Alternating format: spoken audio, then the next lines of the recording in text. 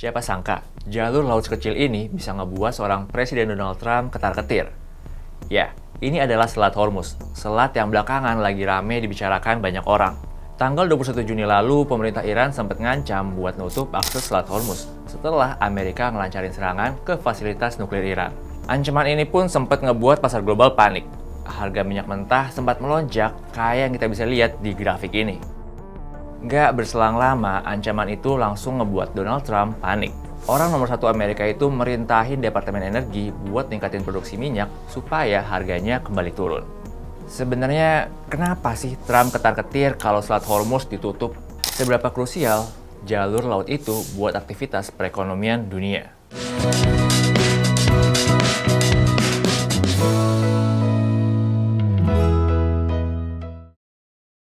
Reaksi Trump terhadap ancaman Iran sebenarnya bukan tanpa alasan. Selat Hormuz ini emang dikenal sebagai salah satu jalur perdagangan minyak paling penting di dunia. Oke, kita coba lihat di sini deh. Selat Hormuz ini sebenarnya merupakan wilayah perairan yang menghubungkan Teluk Persia dengan Teluk Oman. Selat ini memiliki panjang sekitar 180 km dengan lebar di titik tersempit nyampe 33 km. Selat ini berbatasan dengan 3 negara Timur Tengah, Iran, Uni Emirat Arab, dan Oman. Nah, Teluk Persia itu jadi salah satu rute pengiriman andalan 6 produsen minyak dan gas terbesar di dunia. Kurang lebih ada 20 juta barel minyak yang dikirim lewat Selat Hormuz setiap harinya. Ini tuh setara sekitar 20% dari total konsumsi minyak dunia. Selat Hormuz pun jadi andalan negeri minyak buat ekspor minyaknya ke negara-negara di kawasan Asia. Mulai dari Cina, Jepang, India, Korea Selatan, sampai Singapura. Tapi karena Selat Hormuz sempit banget, buat ngelewatin jalur laut ini, kapal harus ngikutin skema perjalanan yang ketat banget. Selat ini cuma bisa dilewatin sama 2 kapal secara bersamaan. Nah, buat ngelewatin selat ini, kapal tanker pengangkut minyak dari Teluk Persia pertama-tama harus ngelewatin wilayah Laut Iran.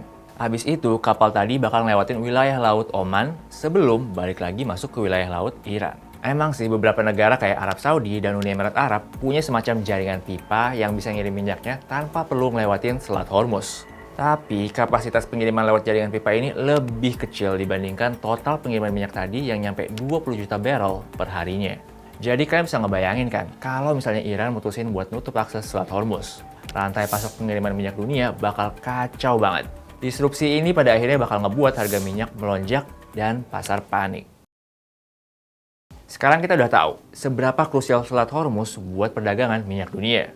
Para pakar pun sepakat, penutupan Selat Hormuz itu akan jadi masalah besar buat perekonomian dunia, khususnya negara-negara Asia. Tadi gue udah sempat mention, kalau sebagian besar minyak yang dikirim dari Selat Hormuz itu tujuannya buat negara Asia. Kalau lihat data Badan Informasi Energi Amerika, sekitar 82% minyak mentah yang diekspor dari Hormuz itu tujuannya ke negara Asia. Negara-negara Asia yang kayak India, Korea Selatan, dan Jepang itu benar-benar tergantung sama pasokan minyak dari Hormuz. Penghentian pengiriman dari Hormuz itu berarti bakal ngeganggu ketersediaan minyak di negara-negara Asia. Oh iya, penutupan tadi juga bakal jadi pukulan buat negara dengan perekonomian terbesar kedua di dunia, China. Kenapa? Soalnya China itu beli sekitar 90% dari total ekspor Iran, atau sekitar 1,6 juta barrel per hari. Nggak cuma negara-negara tadi sebenarnya, penutupan Selat Hormuz juga bakal berdampak ke negara-negara di berbagai belahan dunia lain. Nggak terkecuali Indonesia. Terdampak lewat apa? Kenaikan harga minyak mentah dunia. Kayak kita bisa lihat di grafik ini. Nggak berselang lama setelah Iran ngumumin rencana penutupan Selat Hormuz, harga minyak mentah dunia langsung melonjak. Ini reaksi pasar yang sempat khawatir pasokan minyaknya terganggu. Bahkan, berdasarkan hitung-hitungan dari Goldman Sachs, harga minyak mentah bisa aja tembus $100 per barrel kalau Selat Hormuz beneran ditutup. Nah, Indonesia sendiri sebenarnya bukan tujuan utama dari ekspor minyak yang lewat Selat Hormuz. Tapi, kenaikan harga minyak mentah dunia tentu bakal berdampak ke kenaikan harga BBM. Karena harga minyak mentah dunia merupakan salah satu komponen pembentuk harga BBM. Hal ini sebagaimana disampaikan oleh VP Corporate Communication Pertamina, Fajar Joko Santoso. Katanya, sesuai dengan ketentuan yang berlaku, harga BBM non-subsidi disesuaikan secara berkala dengan salah satu pertimbangannya adalah harga minyak mentah dunia. Sementara itu, harga BBM subsidi juga bisa aja disesuaikan kalau harga minyak melonjak sampai $85 per barrel. Soalnya, harga itu tuh udah lebih tinggi dari angka asumsi harga minyak dalam APBN 2025, yaitu $82 per barrel. Menteri ESDM Bahlil Lahadalia bilang, kalau pemerintah masih menghitung lebih jauh dampak dari potensi penutupan Selat Hormuz. Karena ketidakpastian ini, Bahlil sih bilang, kita cuma bisa doa aja. Walaupun masih dihitung-hitung sama pemerintah, salah satu efek rembetan yang bakal dirasain kalau Selat Hormuz ditutup adalah melemahnya daya beli. Soalnya, kenaikan harga minyak yang diikutin kenaikan harga BBM tentu bakal merembet ke harga komoditas lain. Inflasi berpotensi terjadi, terus daya beli masyarakat tergerus. Ngeri juga sebenarnya efek domino dari penutupan Hormuz ini. Tapi buat sekarang kayaknya kita masih bisa sedikit bernafas. Walaupun bisa jadi pukulan telak bagi kestabilan geopolitik, sejumlah pihak yakin Iran nggak bakal jadi nutup Selat Hormuz. Ada beberapa alasannya.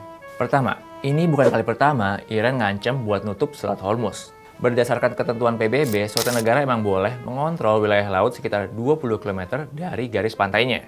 Makanya, Selat Hormuz ini emang selalu jadi semacam bargaining power Iran dalam sebuah konflik.